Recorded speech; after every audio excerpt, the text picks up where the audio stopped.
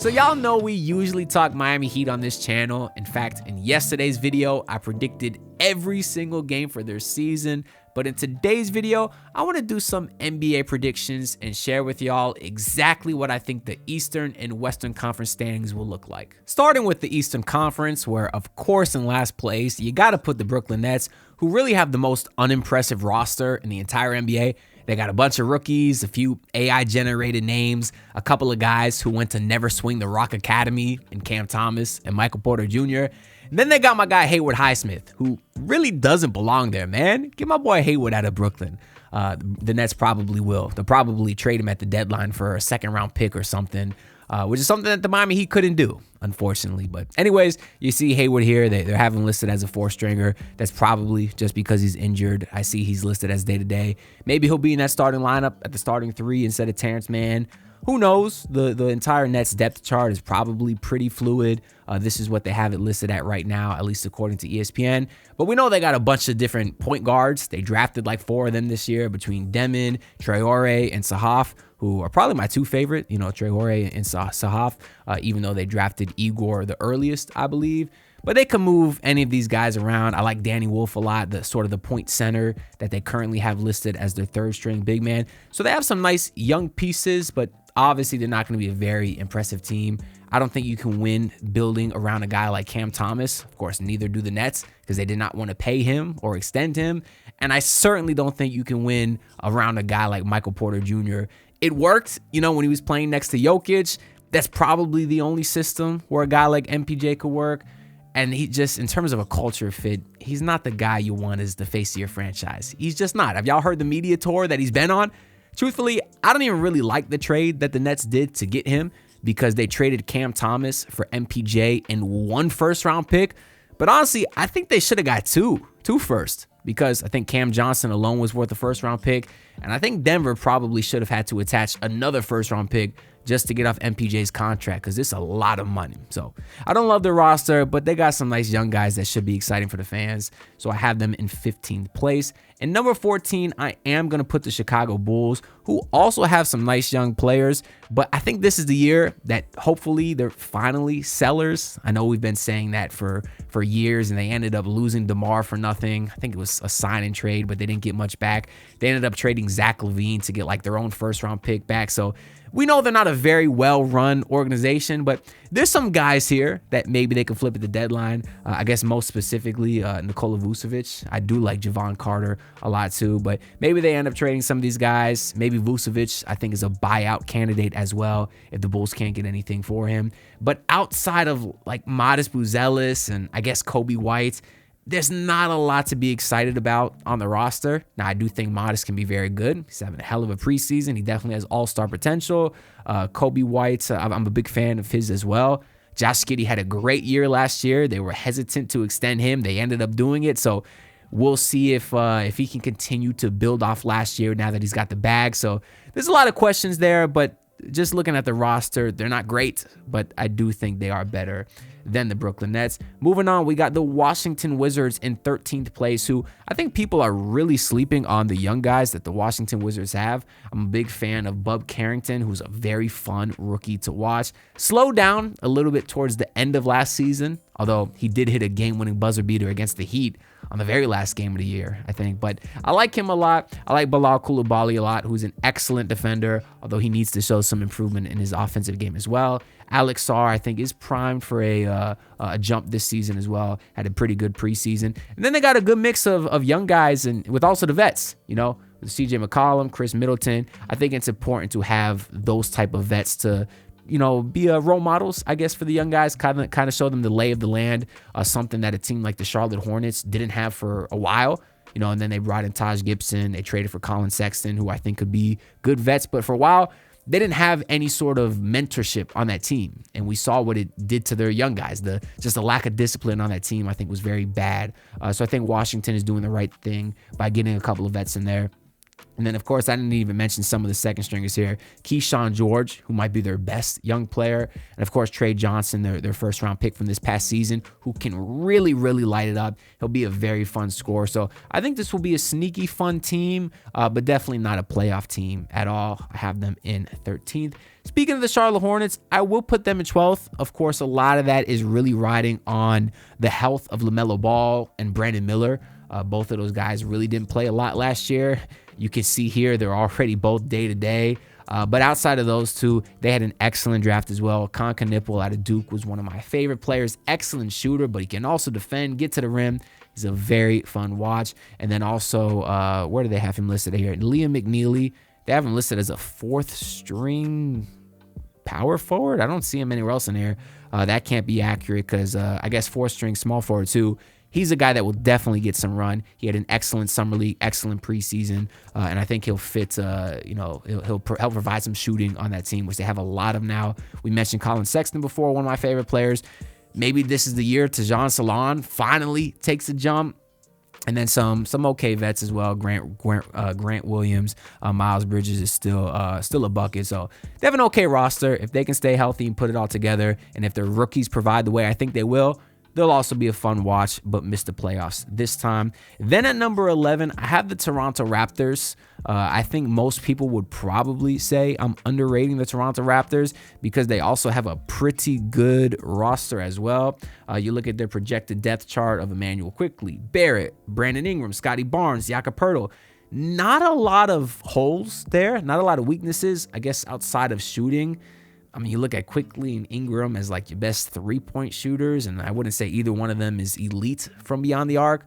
Ingram certainly is a great mid-range shooter. You know, Barrett can get hot. Scotty Barnes has shown he's okay at it. But outside of that, this is five really, really good players. And then a guy in Scotty Barnes who, you know, is a perennial all-star type potential. Maybe Brandon Ingram can get back to that. And then you see in the second unit here, Jamal Sheed is an absolute dog.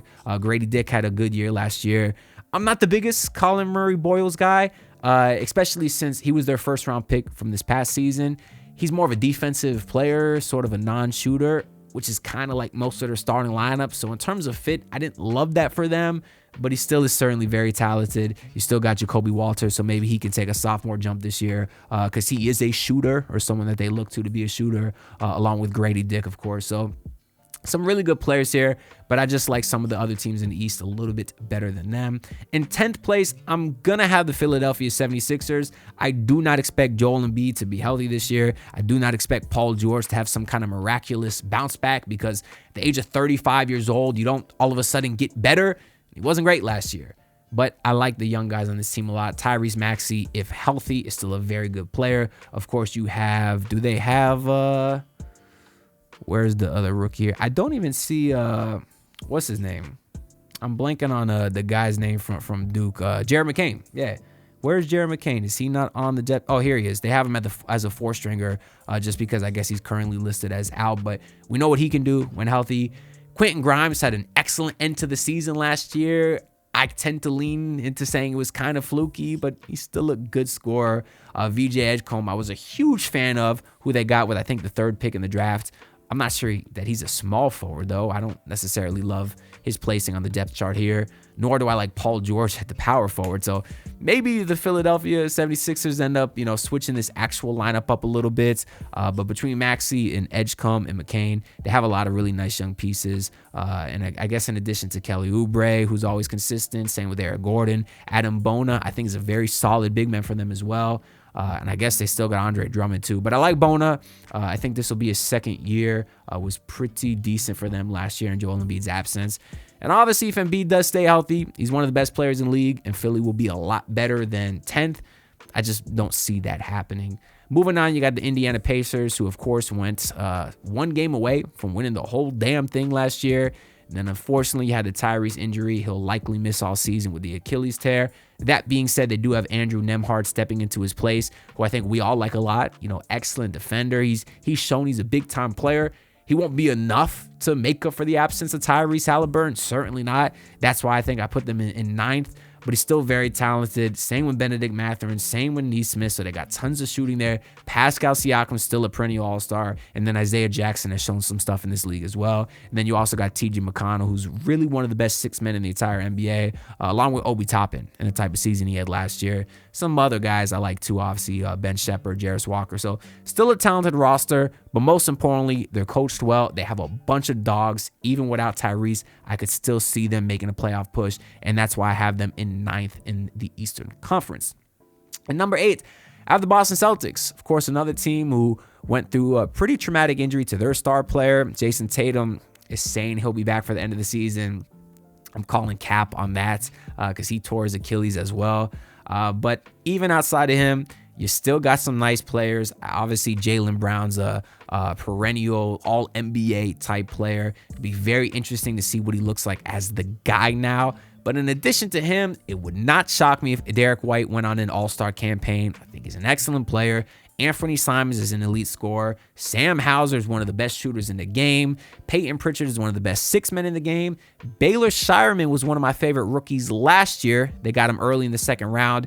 Didn't have a super great rookie season, but I'm still a fan of his. They did get Hugo Gonzalez this year, who's more of a raw prospect. They currently have him as a 3rd stringer, but I'm not sure how much run he'll actually get. But of course, they also did pick up Chris Boucher, who's also one of the best backup big men in the NBA. So solid enough roster overall, but I do think Boston might low-key be trying to tank because, of course, they traded away everyone. Porzingis, Holiday, the list goes on and on. So maybe they don't want to win every game, but I hope they win a few because Lord help us if they get AJ DeBanza. That man looked great in his first game with BYU. In 7th, I have the Milwaukee Bucks, who outside of Giannis Antetokounmpo and Miles Turner, their roster is cheeks. See the depth chart here. KPJ, Gary Trent, Kyle Kuzma at the 3. Ew. Giannis and Miles Turner. I don't really need to look into this roster too much because when you got Giannis, you'll always be one of the better teams in the league. But I just think Giannis at this point is getting a little frustrated based off everything he's been saying in the media.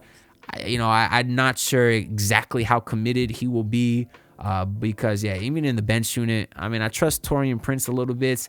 AJ Green had his moments. Bobby Portis is a very good player. Cole Anthony is hit or miss. It's a lot of mid on this team, and I'm not sure how much a questionably motivated Giannis can carry them. So for that reason, I have them in 7th. Moving on into teams who are guaranteed a playoff spot. At number 6, I have the Atlanta Hawks, somebody who people are saying had the best offseason in the entire NBA. They had a good one. You see here, they got Kristaps Porzingis. Of course, they got Nickeil Alexander-Walker. They drafted Asa Newell, who played very well against the Heat in the Summer League. I'm a big fan of him as well. Perfect fit for them, especially next to Okongwu. Between Okongwu, Asa Newell, and Jalen Johnson, they have a 3-man power rotation that's very strong, very athletic, excellent defensively, can shoot the ball a little bit. They got a fun group. Trae Young and Dyson Daniels backcourt is kind of a match made in heaven. Defense, offense. Zachary Risache is having a very good preseason. Jalen Johnson hopefully can come back from his injury healthy. Hopefully Porzingis can stay healthy too. If that's the case, you got a lot of great players in that starting lineup, in addition to a strong bench of Nickeil, Luke, Okongwu. So very talented team, but I don't think they're all of a sudden going to go from missing the playoffs to a top 3 seed like a lot of people are saying. So for that reason, I have them in 6th. And number 5, I do have the Detroit Pistons, who I'm very curious to watch after their strong year last year, where a lot of times it's in that second year where you see some fall off because that first year you kind of catch people by surprise. The sign of a good team is if you can do it in successive years. So I'll be looking out for that. That being said, I do think they'll play pretty well this year. You got Cade, Karras. I don't think Karras is going to start at the 2. It should be Duncan Robinson. He's much better off ball. But then Asar, Tobias, Jalen Duren, not many holes in that starting lineup. Cade Cunningham is the definition of a superstar. And then you got some young players I like a lot as well, like Ron Holland, still got Isaiah Stewart. And then Jaden Ivey shows out right here. But I believe he should be back for the regular season at some point. Very good defensive and scoring young player as well. Moving into number 4, I do have the Miami Heat. I know in yesterday's video, I had the Heat at 49 wins. That probably is about 7 wins too high. I got a little carried away when I went through the schedule. but I think their starting lineup is also very good. You got the defense of Davion. You got the shooting of Norman. You got the hybrid of Wiggins. And then, of course, Bam is your guy. And then Khalil Ware has had a very impressive regular season or preseason as well. You add in Tyler Hero to that after about 10 to 15 games, and you just get a boosted scoring punch. The younger guys have looked good. Jaime Jaquez and Jovic and Kaspers have had great preseasons. Why the hell do they have Terry Rozier listed as a second stringer? That's not going to happen, I hope. And then I look for guys like Pelle Larsson and Drew Smith to really bring in some heat culture off the bench. So we'll talk more about them. I'll do a whole video dedicated to everybody on the roster. But for right now, I have them at 4th in the East. Moving on, I have the Orlando Magic in 3rd. Another team people are saying possibly had one of the best off seasons in the entire NBA. Their starting lineup is also pretty perfect. Defense of Suggs, shooting of Bane, everything of Franz, superstar in Paolo, great role-playing big men in Wendell Carter. The size off the bench is insane with Goga Bitadze and Jonathan Isaac. I don't even see Mo Wagner on here. Pretty sure they still have Mo Wagner. I don't even see him on the depth chart here. But maybe they don't need him because they got our guy Orlando Robinson on the roster too. And then Tristan Da Silva coming into his sophomore year, provides some shooting off the bench. You got another playmaking point guard in Tyus Jones. I think Anthony Black is really in for another jump this season. So yeah, they are the prototypical modern NBA team in terms of versatile size. You know, between Franz and Paolo, a couple of bigs that play like guards. I still think they need some more shooting. I don't think Desmond Bane alone is enough to fix their shooting problems. But yeah, they're a young enough team that's still hungry, that's going to try really hard to win every regular season game, and I think they will win a lot of them. And then moving into the top 2 here, no surprise, I do have the New York Knicks, who are also pretty perfect in terms of roster construction. We know what they got here. I don't need to spend a ton of time on this, but if they do start that double big lineup of Cat and Mitchell Robinson, that's pretty nasty. I do like that a lot. Obviously, the bench leaves a little bit to be desired, but I think that Tyler Kolek might actually get some run in that second unit here, especially with the surprise retiring of Malcolm Brogdon, and I do like Tyler Kolek a lot. Miles McBride is a very fine shooter. I think Jordan Clarkson is kind of cooked. So I'm not as big on some of the names like that. I like Gershon Yabusele. I did forget they have him too. But, well, I guess I was going to say, Tibbs. He plays his starters 40 minutes. Tibbs is not there anymore. I think they got Mike Brown now. So maybe he will lean into the bench a little bit more. But even if he does, that starting lineup is so stacked. If they can stay healthy, they'll be the second or first team. Of course, along with the Cleveland Cavaliers, who I personally have in first place. Another team that is perfect for today's prototypical double big man lineups. You got Mobley, you got Allen. Evan Mobley looks like he's primed to be a perennial all-star. Obviously, we know Donovan Mitchell is. Darius Garland is still hurt, but hey, as I think Kyle Anderson said, the Cavs are worse when Darius Garland plays. So maybe if he does miss the start of the season, it makes the Cavs even better. And you see they got Lonzo Ball as the second string, who's had a very good preseason as well. So he'd be excellent off the bench. He'd be the perfect starter next to the rest of those guys. All around, they just have a very impressive lineup. We know this. You just got to hope they don't choke it away in the playoffs. So this is my final predictions for the NBA Eastern Conference. In order, you got the Cavs, Knicks, Magic, and then the Miami Heat at 4. Then the Pistons and Hawks to round out the top 6. Your playing teams are going to be Milwaukee, Boston, Indiana, and Philadelphia. And then your teams to miss the playoffs is Toronto, Charlotte, Washington, Chicago, and Brooklyn. I want to compare this with who FanDuel, the sponsor of today's video, has for their favorites to win the Eastern Conference. And you see we have a lot of similar areas for these teams. They do have the Cavs, Knicks, and Magic, the top 3. They have the Hawks a little bit higher than I do. I guess same with the Celtics and 76ers. And then they got the Miami Heat all the way down here at plus 5,000 to win the conference, which of course I don't think they're going to do, but I think they have a better chance than the Raptors and the Pacers certainly do. Definitely a better chance than the 76ers. FanDuel's wildly overrating them. So while I'm not saying to throw some money on the Heat to win the East, maybe put some money on the Heat elsewhere to make the playoffs or to win more than 38.5 games. We've been talking about those numbers for quite a while now because I do think FanDuel is widely underestimating the Miami Heat. Now let's move on to the Western Conference, where right now I got the Utah Jazz in 15th place. although they have a lot of nice young players that I like, I'm a big Isaiah Collier guy at a USC. He was one of my favorite rookies last year, although I definitely thought he was slept on. ESPN does have him as the starting point guard, but elsewhere I've seen Keontae George or even Walter Clayton, who's had a really nice preseason in addition to his summer league. But all those guards are pretty decent. Of course, Bryce Sensabaugh has been doing his thing for a while now. Ace Bailey has had a very good preseason despite not wanting to be in Utah. I think Utah fans should be excited about him. And then you also got some other nice young bigs like Walker Kessler, who the Jazz have been trying to trade for a while now. I don't know why. He's young. He's a good player. I guess maybe he wants a lot of money, but he's still pretty good. And of course, Kyle Filipowski as well, who just was like the MVP of the Summer League. He looks pretty awesome. Unfortunately, Cody Williams still looks like kind of a bust for them. And hey, they got our guy Kevin Love as a 4-stringer. Does sound like he'll report to training camp for them. So he'll be a nice young vet for the team, in addition to Georges Niang, who is kind of cheeks as a basketball player. He's probably one of the few players that I could actually beat in a race. But he's a nice guy. I've heard him on Duncan Robinson's podcast a lot, so I think he'll be a good vet over there. And then, of course, not to mention Lauri Markkanen, who maybe the Jazz trade him, maybe they don't. If they do keep him, we know he's an all-star caliber player, but just not enough to raise the Jazz above 15th in the West, because the West is stacked. That's why at number 14, I'm going to put the Phoenix Suns. Feels weird to put a Devin Booker-led team at 14th, but the West is stacked, man, and the Suns really don't have too much else outside of Devin Booker. I mean, Jalen Green is a fine heat check scorer, but the fit with Devin Booker is weird, man. I mean, Devin Booker at the point guard, I don't know about that.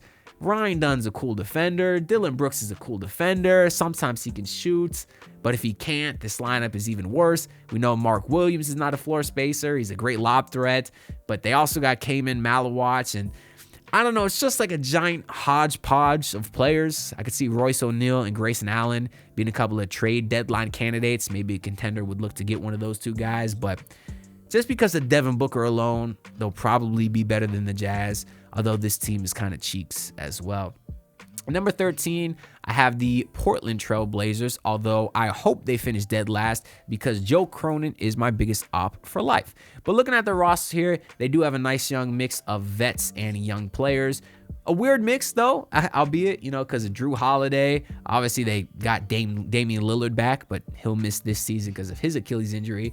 But Drew Holiday is still a nice vet. Deni Avdija is not necessarily a vet, but he's been in the league a few years. Really was coming into his own last season as a great scorer and defender, in addition to Toumani Camara. So between those two and Holiday, they have an excellent defensive unit.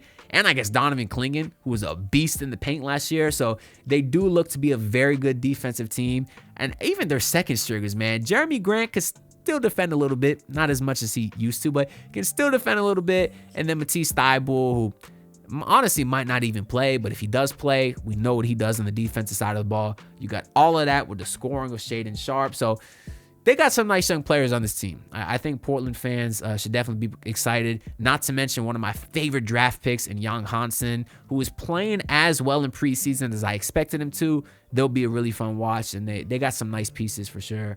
I have them at number 13. At number 12, I unfortunately have the New Orleans Pelicans. I hope Zion stays healthy. He's looking good. He's looking skinny. But outside of him, I got some questions, mostly in terms of shooting. Because in the starting lineup, you got Jordan Poole, just like Cam Thomas. I don't think you can really win with a guy like that. Of course, Trey Murphy is elite on both sides of the ball. But outside of him, Herb Jones, great defender, non-floor spacer. Zion, superstar potential player, non-floor spacer. Yves Missi, non-floor spacer. You look at their bench, Jeremiah Fears, one of my favorite rookies, can get to the rim at will, but he's a non-floor spacer. Derek Queen, somebody that they traded their unprotected 2026 first-round pick for, which is crazy because it went to the Hawks, and now the Hawks will probably get another lottery pick next offseason, but that's besides the point. But Derek Queen, excellent big man, non-spacer. Kevon Looney, who's already hurt, non-spacer. Sadiq Bey could shoot a little bit, and Jordan Hawkins is in the same line of Jordan Poole in terms of inefficient shooters. I'm not a fan of him. Even their backup guard, Jose Alvarado, is not a knockdown shooter. So this team is going to be an awful shooting team. However, they still have Trey Murphy and, of course, Zion Williamson. And those guys are legit. But I think they're only legit enough to make the Pelicans 12th. At number 11, I do have the Sacramento Kings, who have a very weird hodgepodge of just random players on their team. It's like they can't decide if they want to go young or if they want to be mid. I think they should just trade off and rebuild. Like, why did they go and get a guy like Zach LaVine and DeMar DeRozan and now Russell Westbrook? That doesn't make any sense to me.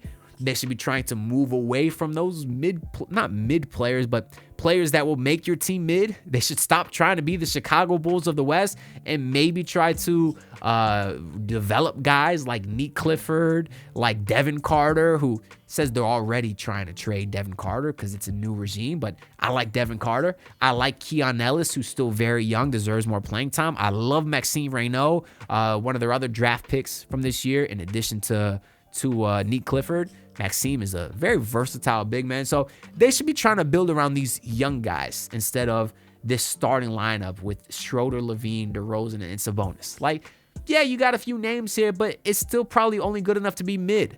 You know, maybe they trade Devin Carter. Maybe they trade Malik Monk. That's been another hot name, but I don't think this is a very exciting roster at all.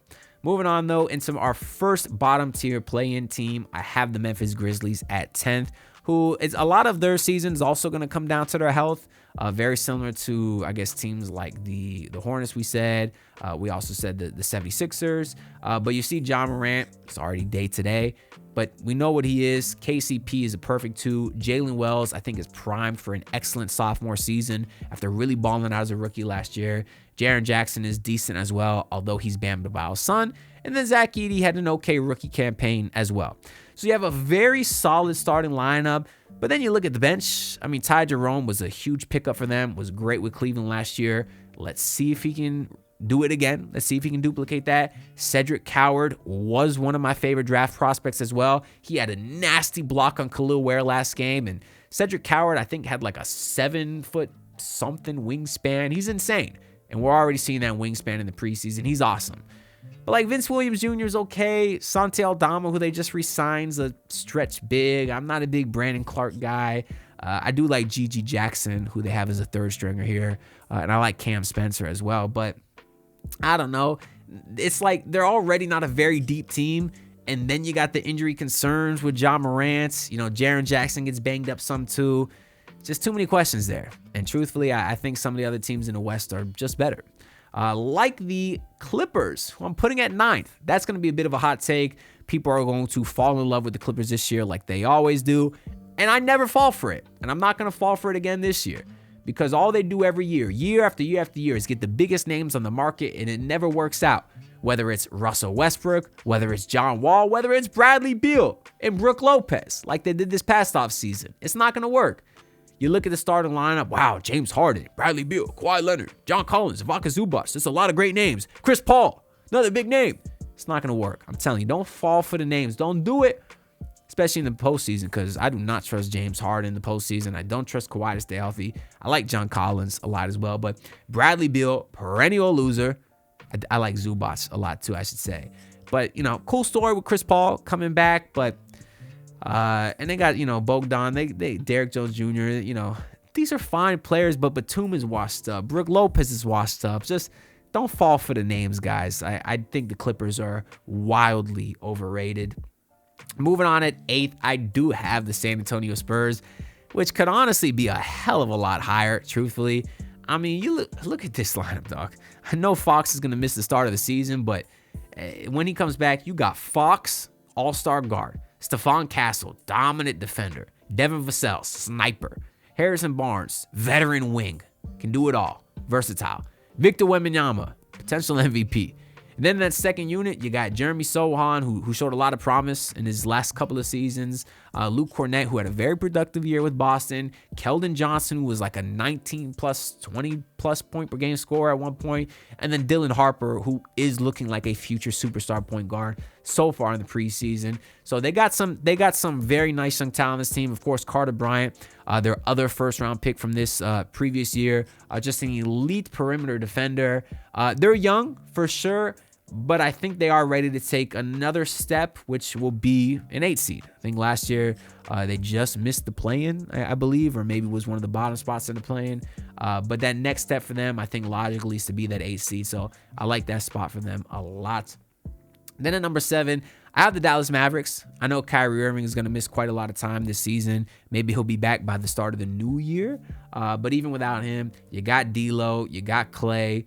Not the most exciting backcourt in the year of 2025, but hey, if they're not great, you got Cooper Flag at the 3 to really pick it up. I think he's in for an excellent rookie season. If Anthony Davis is healthy, he's still one of the best in the game. And then Derek Lively's a pretty perfect big man as well. And then off the bench, PJ Washington's excellent. Daniel Gafford's an excellent backup big. Najee Marshall really balled out when some of the guys were hurt last year. Same with Christie, excellent shooter for them. Caleb Martin, I know he wasn't great last year, but if he can get back to what we know he can do, he's an excellent piece for them off the bench as well. So they have an exciting roster. I think they got some good players, and I think the 7th seed is fair, especially once Kyrie Irving comes back.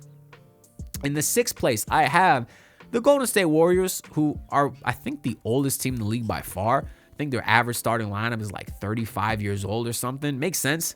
Outside of Moody, they got Curry, Jimmy, Draymond, and Horford. Very old. Usually the older teams don't try as hard in the regular season, but they're still loaded with talent. I mean, that top 3 with Jimmy, Curry, and Draymond, that's a hell of a big 3. It really is. You could say, you got some shooting concerns there between Jimmy, Dre, and Horford, but you got Steph Curry, greatest shooter of all time, so kind of makes up for it a little bit. The Kuminga situation's a little bit weird because he doesn't want to be there. And I guess outside of him, they got Podziemski as the second stringer twice. And then Jimmy and Draymond also. So not a deep team, but still shows Buddy Hield, who knows a shooter, and DeAnthony Melton. Shows he's out right now, but he's a very good defender when healthy. So I like him a lot. I don't know why they show Quentin Post as the 4th stringer. He played quite a bit last year and played pretty well. But he's a good player as well. So not a deep team, but the top end talent is so high. I do think they could finish 6th. Moving on, I have the Los Angeles Lakers in 5th place. Yes, we know LeBron is going to miss the first few weeks of the season, but I think Luka Doncic is ready to show everybody that he is still that guy coming into the season in excellent shape. Next to him, you got Austin Reeves. You're going to have Rui Hachimura. They just picked up DeAndre Ayton, who I'm not a big fan of, but he's certainly an upgrade over Jackson Hayes. And then off the bench, our guy Gabe Vincent, Jake LaRavia, who I think was slept on when he was back with Memphis. Who knows how much Marcus Smart can still contribute? If he can be 70% of what he used to be, that's a good player. I think Dalton Connect is getting slept on. They're saying he's a negative asset right now. I don't believe it. I would take Dalton Connect on the Heat. I think he's a big-time player, but Maxi Kleber has even been a decent backup big man for quite a while in this league. So, to be honest, they could have Luka in 4 of me. I think Luka is enough to make them a top 5 team in the West, and that's where I have them right now. Right above them in 4th, I have the Minnesota Timberwolves, who are one of the most well-rounded teams in the entire league. When you talk, wow, everybody's day-to-day. Interesting. But you got your prototypical point guard in Conley, your superstar in Anthony Edwards, Jaden McDaniels, your versatile 2-way guy, Julius Randle, your strong bruising 4 with a little bit of modern stretch the floor ability, and then Rudy Gobert, who's a bum. For that reason alone, I should probably put them in last place. But outside of Rudy Gobert, of course, you got Naz Reid as the backup, and then some pretty fun scores off the bench with Dante and Dilly, and then Terrence Shannon Jr., who was one of my favorite prospects last year and did have a pretty good rookie season. So you have the superstar in Ant and a very well-rounded team around them. For that reason, I think they are 4th in the West. But I have them behind the Houston Rockets, who, despite Fred VanVleet's injury, I think will thrive. Maybe not thrive because he's gone, but despite him being gone, they will thrive because they do have Reed Shepherd as his replacement now. Reed Shepherd is having an insanely efficient preseason, as expected. We know he's an excellent player. You pair his shooting next to Amen Thompson in the backcourt defensively. You got your superstar in KD. Jabari Smith has also been balling in the preseason. Very good 2-way player. And then you got potentially another star, superstar / perennial all-star, and Alperen Sengun. So between KD and Amen and Sengun, you could argue they got 3 all-stars, an insanely efficient guard next to them, a great 2-way big in Jabari. That starting lineup is nasty. And then off the bench, Okogie, excellent defender. Finney Smith, excellent defender. Steven Adams can still rebound at a high level when healthy. And of course, Tari Eason is very talented himself. So they got an awesome roster. And even their big man rotation Adams, Şengün, and Capella. They got 3 very solid centers, and the Heat don't got one. I mean, they got Ware, I guess, but this roster's awesome, man. They were the number 2 seed last year. You're losing Van Fleet due to injury, but you're bringing in KD. They're still going to be awesome. I have them at number 3. Behind the Denver Nuggets, who probably, in my opinion, had the best offseason. You brought in Bruce Brown. You brought in Cam Johnson, who's a non-crazy Michael Porter Jr. Their backcourt, you still got Jamal and Christian Brown. Gordon was amazing last year. Nikola Jokic, best player in the world. I don't need to say a lot more. You finally got Jokic, your backup center, in Valanciunas. You almost lost him because he almost went to play overseas, but he decided to stay. And then perfect bench piece in Bruce Brown. And then maybe you hope some of these guys like Watson and Strother could make some jumps this year. And they did add some more shooting. And Tim Hardaway, I think he could be a good spark plug off the bench. I have them in second, which of course leaves the Oklahoma City Thunder in first. Somehow they are the youngest team in the league. They're the best team in the league. They're the most terrifying team in the league. And they look hungry to repeat this year. I don't expect a lot of championship hangover from the young guys. You got the MVP of the league. Dominant defense all around, from Dort to Caruso to Wallace to Jalen Williams to everyone to Chet. You got a 2 big man lineup with Chet and Hartenstein. They can rebound, they can shoot, they can do everything. I don't need to go on and on. You know what the Oklahoma City Thunder are. And for that reason, I have them in first place in the Western Conference. Here's my final standings. In number 1, I got OKC, followed by Denver, Houston, Minnesota, the Lakers, and the Warriors to round out the top 6. Your playing teams are the Mavericks, Spurs, Clippers, and Grizzlies. And then the teams just outside looking into the postseason are the Kings, Pelicans, Trailblazers, Suns, and the Utah Jazz. I want to compare that to what FanDuel has as their leaders for the Western Conference. And again, we're pretty similar. Our top 3 are the same from OKC, Denver, and Houston. But see, they got the Clippers at 4. And I'm telling you, anytime you could look to bet any props on the Clippers, take the under, y'all. I think Vegas is highly overestimating them. And then our bottom 2 are the exact same between Utah and Phoenix, and everything else in the middle seems to be pretty similar to what I have. So, hey, maybe I know a thing or two about a thing or two. But that's all I got to say for this extremely long video. If you stuck around to the end, go ahead and comment the most random player you can think of in NBA history. The more random, the better. And I'll go ahead and leave a heart, leave a reply, because I know y'all are GOATs for staying to this part of the video. I do want to say, I think in tomorrow's video, I might go through and predict all the awards. Maybe we'll look at FanDuel and kind of show you some of my favorite bets before the season officially kicks off. I think that might be kind of fun. But other than that, make sure to leave your comments, subscribe, and like, because your support is greatly appreciated. And I'll see you on the next one. Peace out, everyone. Look, pull up in your city, tryna get that dead face. Do it on my own, I don't need no dead weight. Had to kill him off, yeah, I need a head space. You know this homegrown bitch don't offend me.